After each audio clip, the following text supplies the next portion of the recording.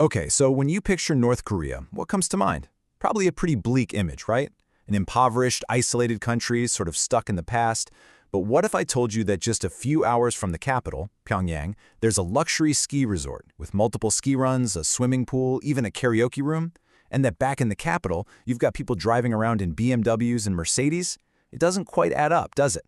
So let's dive in and uncover the shadow capitalism that's secretly keeping North Korea afloat.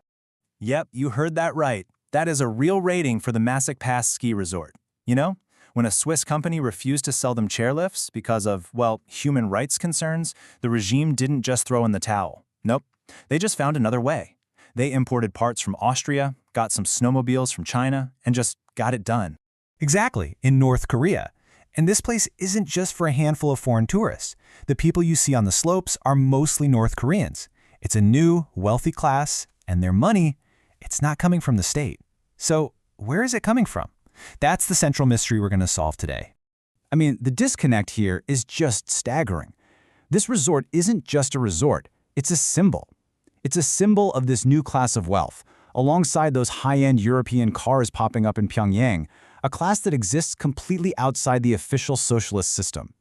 And to understand where all this money comes from, we actually have to go back to the moment that system completely fell apart.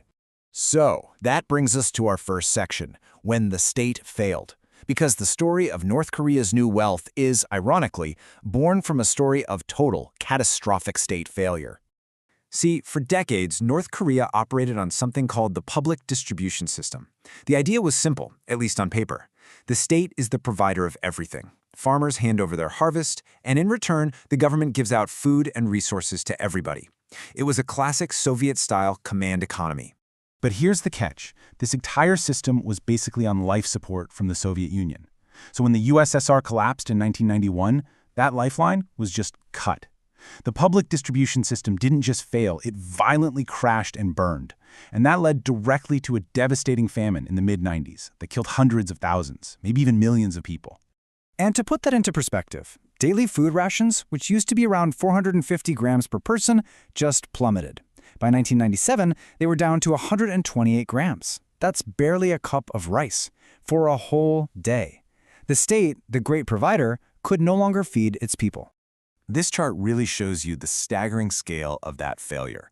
The state could only manage to provide for about 6% of its people. For everyone else, 94% of the country, the message from the government was pretty clear: you are on your own. And it was in that moment of absolute desperation that an entirely new, illegal, but totally essential private market was born. So who stepped up to build this new economy from the ground up? The most unlikely entrepreneurs you can imagine, the housewives of North Korea. You see, suddenly, two different economies started to exist side by side. On one hand, you had the official state job. It was mandatory for all men, but the pay was practically nothing. And on the other hand, you had the illegal gray market, mostly run by women, which quickly became the real source of a family's income. And this created this fascinating little social loophole. While men were forced to show up for their useless state-assigned jobs, married women had an out. They could register as full-time housewives. And that title gave them the freedom and the flexibility to start engaging in private business without raising too many red flags. And what were they selling? Oh, everything. In these pop-up roadside markets, you could find Russian cigarettes, Chinese beer, food they'd grown themselves, all kinds of consumer goods smuggled over the border. These women became the real breadwinners, often earning way more than their husbands' official state salaries. But if all of this is illegal, how does the government just let it happen? Well, that brings us to the regime's dirty little secret. They quickly figured out it was a lot better to get a piece of the action than to try and shut it down. It's all managed through this official policy called the August 3rd Rule. And what it does is it essentially lets North Koreans pay a fee to buy their way out of their mandatory, basically worthless state jobs. So the system works like this. You pay a regular fee to the state, so you can be officially exempt from your government job. This payment, let's be real, it's a bribe. It's the regime's cut. And in exchange for that cut, you get a kind of unspoken license to run your private business in the shadow economy. It's a strange win-win. The state gets its money, and you get to be a capitalist. And it's not just regular folks doing this. The North Korean military and different government committees, they're actually some of the biggest players in this game. State offices get so little official funding that they're basically forced to generate their own income. So officials use their power, And yeah, often the military as a free labor force to run businesses in everything from construction to mining. Now this entire shadow economy, it runs on foreign cash. After the government did this disastrous currency revaluation back in 2009 that just wiped out people's life savings overnight, nobody, and I mean nobody, trusts the North Korean won. So almost all of these unofficial deals are done in Chinese yuan, a currency the regime has zero control over. So what we're left with today is a country that's fundamentally split right down the middle. A nation with two completely different, competing realities existing at the very same time. On one side, you've got the official story. This is a socialist state where the government provides everything and private trade is totally illegal.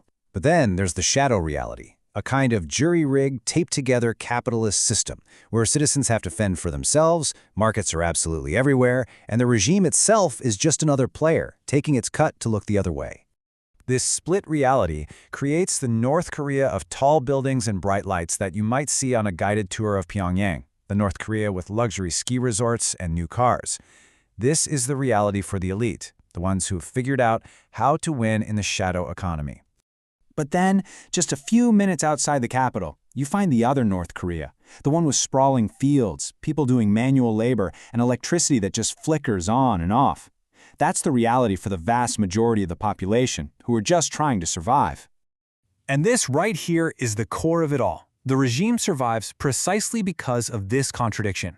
It has mastered the art of negotiation. On the world stage, it makes just enough noise to get foreign aid. And at home, it allows this shadow capitalist system to exist so the population can feed itself. It is an inefficient, paradoxical machine that somehow, against all odds, just keeps chugging along. And all of that leaves us with one final, massive question. This entire system, from the housewives selling cigarettes in the market to the elites hitting the slopes at the ski resort, is fueled by the very private markets the state officially condemns. So how long can a country like that really survive?